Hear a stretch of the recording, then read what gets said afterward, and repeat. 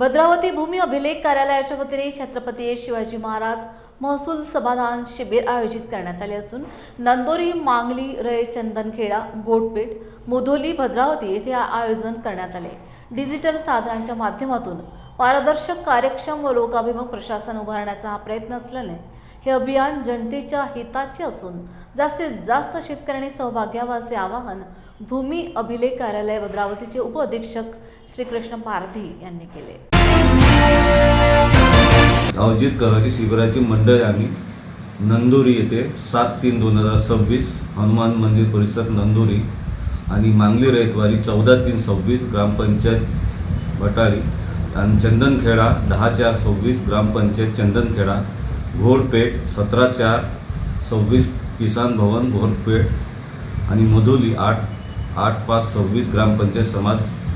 भवन मधोली, भद्रावती 15/5/26 नगर परिषद सभागृह आणि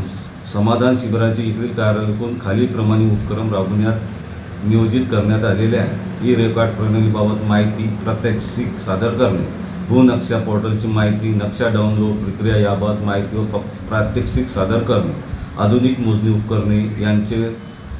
प्रदर्शन आयोजित करून त्याबाबत तांत्रिक माहिती प्रात्यक्षिक सादर करणे, नागरिकांना डिजिटल सेवा वापरामुळे होणारे लाभ समजावून सांगणे, महाभूमी पोर्टलवर ई मोजणी आज्ञावलीतून मोजणी अर्ज सादर करणे, प्रात्यक्षिक देऊन अर्ज प्राप्त करून घेणे,